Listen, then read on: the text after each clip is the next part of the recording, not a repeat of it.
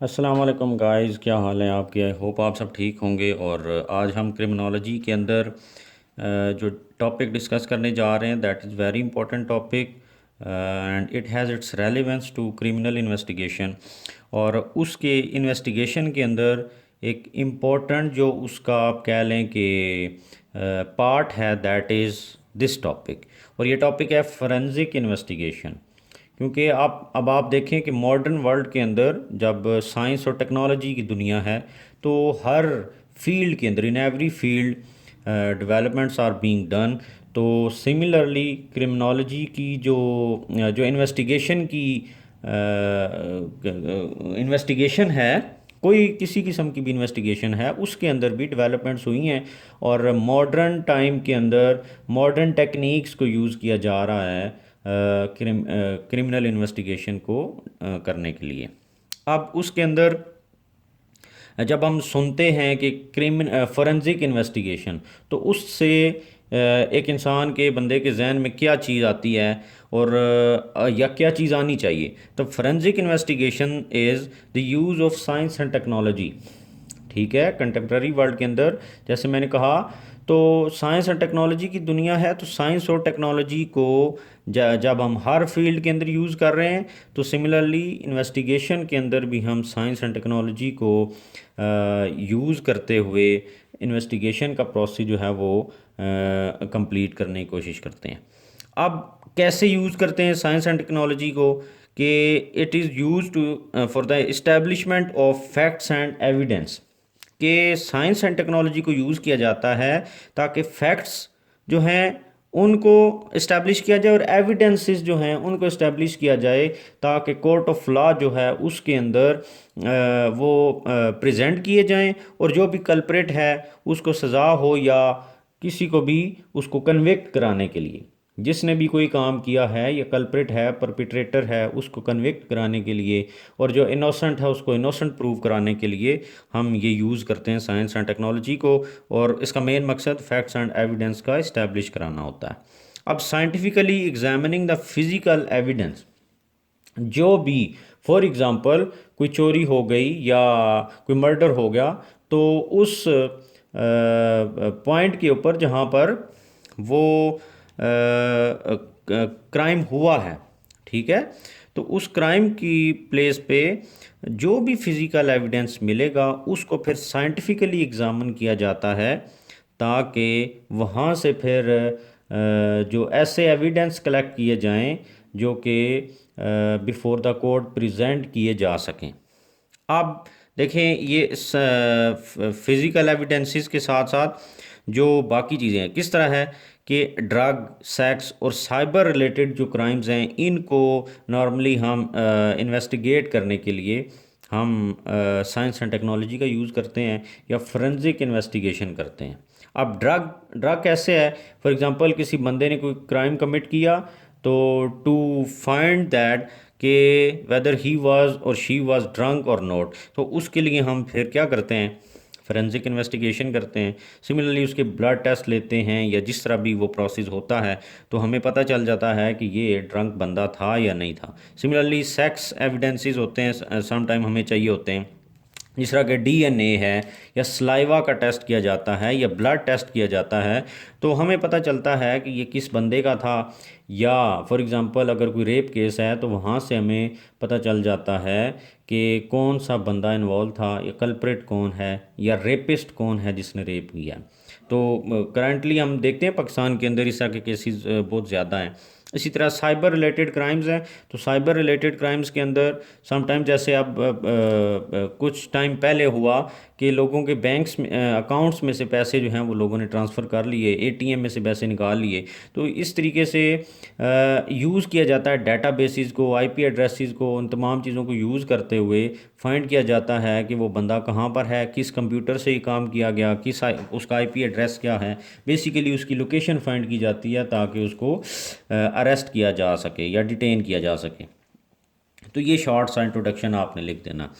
अगर सवाल आएगा तो इस तरीके से आप उसको बिल्ड करेंगे।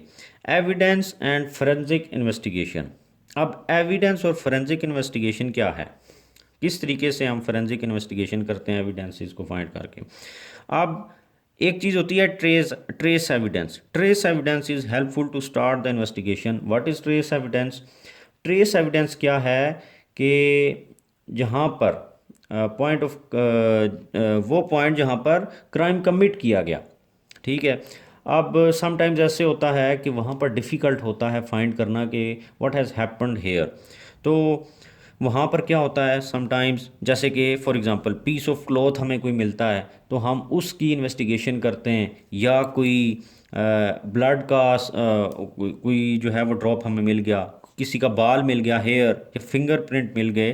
तो ये जो छोटी छोटी चीज़ें होती हैं इनको हम ट्रेस एविडेंस कहते हैं कि जहाँ पर ये सब चीज़ें कोई क्राइम हुआ, वहाँ से अगर आपको क्लॉथ मिल गया, हेयर मिल गया, तो आपको अब आप उसका डीएनए टेस्ट कर लेंगे और आपको पता चल जाएगा कि ये बाल किसका है। जो जो भी सस्पेक्ट्स हैं उनका फिर आप टेस्ट ले लेंगे तो आपको पता चल जाएगा कि ये बाल इस बंदे का, इसका मतलब he was here at point जहाँ पर ये क्राइम हुआ है। इसी तरह फिंगरप्रिंट तो बहुत एक कॉमन सी चीज़ है जो कि यूज़ की जाती है फोरेंसिक इन्वेस्टिगेशन के अंदर, और ये बहुत ज़्यादा हेल्पफुल है। जहाँ से भी फिंगरप्रिंट मिल जाएंगे पता चल जाएगा कि ये फ़लाँ बंदा जो है वो वहाँ पर इन्वॉल्व था। तो ये इस तरीके से ट्रेस एविडेंस हमें मिलता है। उस ट्रेस एविडेंस की मदद से हम ऐसे फैक्ट्स और एविडेंसेस इस्टेब्लिश कर लेते हैं जो कि हम फिर before the court of law उनको हम प्रेजेंट करते हैं। तो ये ट्रेस एविडेंस एक इम्पॉर्टेंट चीज़ है क्योंकि इन्वेस्टिगेशन को स्टार्ट करने में इट इज़ क्वाइट हेल्पफुल। तो दिस इज़ वेरी इंपॉर्टेंट। अब उसके बाद टाइप्स ऑफ फोरेंसिक इन्वेस्टिगेशन क्या है? फोरेंसिक इन्वेस्टिगेशन की फिर डिफरेंट टाइप्स आ जाती हैं। अब हम उन टाइप्स को देखेंगे, आपने हर एक को एक्सप्लेन करना है, मैं भी कर देता हूँ किस तरीके से। कि बायोलॉजिकल एविडेंस, अब बायोलॉजिकल एविडेंस में क्या आएगा? ब्लड आ जाएगा। अगर किसी उस जगह से जहाँ पर क्राइम कमिट हुआ वहाँ से ब्लड मिल जाता है, सलाइवा मिल जाता है, तो हमें पता चल जाएगा कि ये हु वाज इन्वॉल्व हेयर। इसी तरीके से डीएनए टेस्ट हम करते हैं। रेप केस है तो रेप केस में डीएनए टेस्ट एक ही तरीका, देखें ना, अब रेप केस हो गया, बंदे को नहीं पता, जिस तरह के यहाँ पर पाकिस्तान में हो रहे हैं बच्चों के साथ, और वो उनका फिर रेप करके उनको मार दिया जाता है। तो फिर वहाँ से जब डीएनए टेस्ट होता है तो तब ही पता चल पाता है कि कौन इन्वॉल्व था। अदरवाइज़ तो उसका कोई सबूत नहीं रहता पीछे कि एक बच्ची मिली अगर किसी गंद कूड़े से, और वो ये भी पता है कि उसका रेप हुआ है, तो अब क्या पता चलेगा अगर डीएनए टेस्ट नहीं हो पाता कि इसका रेपिस्ट कौन है। इसी तरीके से वेपन एविडेंस है। तो वेपन एविडेंस के अंदर समटाइम्स ऐसा होता है कि जो है आपका जब बंदा कोई मार देता है, ठीक है, मर्डर केस के अंदर, तो उसमें एक तो डॉक्टर जो होता है वो ये यूज़ कर देखता है कि इसमें कितने डिस्टेंस से अटैक किया गया, या कौन सी पिस्टल, कौन सी राइफ़ल, कौन सी गोली यूज़ की गई, जिसके लिए बुलेट यूज़ की गई, तो किससे ये बंदा मरा है। तो इस तरीके की चीज़ें फिर मज़ीद आगे इन्वेस्टिगेशन में हेल्पफुल होती हैं।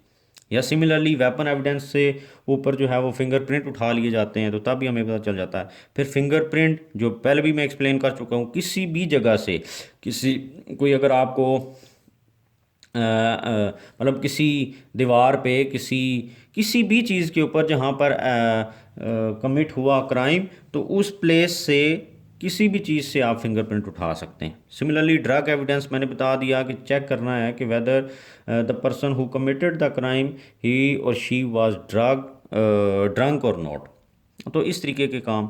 सिमिलरली जेनेरिक मटेरियल जैसे व्हीकल है, अब कोई गाड़ी गई किसी उस जगह पर, गाड़ी मौजूद थी अगर, तो उसके व्हील्स के जो आप निशान उठाती है पुलिस, तो उससे पता चल जाता है किस गाड़ी के हैं ये। Similarly door, wood, bicycle etcetera, इन तमाम चीज़ों को इन्वेस्टिगेट किया जाता है फोरेंसिक लैब्स के अंदर, और पता चल जाता है कि ये कौन सी चीज़ थी, और वो फिर वहाँ से इस्टेब्लिश कर लिए जाते हैं फैक्ट्स और evidences.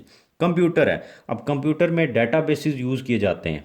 For example IP address है, इसको अगर एक फोरेंसिक इन्वेस्टिगेशन के अंदर पता कर लिया जाता है कि ये कहाँ का आईपी एड्रेस है, किस कंप्यूटर का है, तो डायरेक्टली उसको लोकेट करके वहाँ पे पहुंच जाती है पुलिस, या इन्वेस्टिगेशन जो होती है, आईओ जो होता है इन्वेस्टिगेशन ऑफिसर, या टीमें जो हैं वो वहाँ पर पहुंच जाती हैं और सारी चीज़ों को वो पता कर लेती हैं।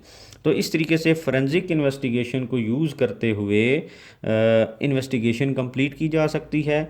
और इसके अंदर जो एरर के चांसेस होते हैं कि क्रिमिनल ए बंदा था और पकड़ लिया बी को, तो ये चांसेस बहुत कम होते हैं, क्योंकि वो साइंस एंड टेक्नोलॉजी की बेस पे है, कंप्यूटर बेस्ड टेस्ट होते हैं, और वो तमाम चीज़ें जो है वो एक्यूरेसी उसके अंदर ज़्यादा होती है, जिसके लिए उसकी परफेक्शन की वजह से उसको ज़्यादा मतलब वेटेज है। तो ये था हमारा आज का लेक्चर, फोरेंसिक इन्वेस्टिगेशन। अगर क्वेश्चन आ जाता है क्रिमिनल इन्वेस्टिगेशन के ऊपर, तो आपने इसको हर किसी ना किसी तरीके से उसके अंदर लाजमी ही डालना है, तो क्योंकि इससे वेटेज मिलेगी और ये एक काफ़ी बड़ा आपका क्वेश्चन भी बन जाएगा। आई होप आपको समझ आ गई होगी। अगर आपको समझ आ रहे हैं मेरे लेक्चर, तो मेरे चैनल को भी सब्सक्राइब कर दें और शेयर भी कर दें। Thank you very much.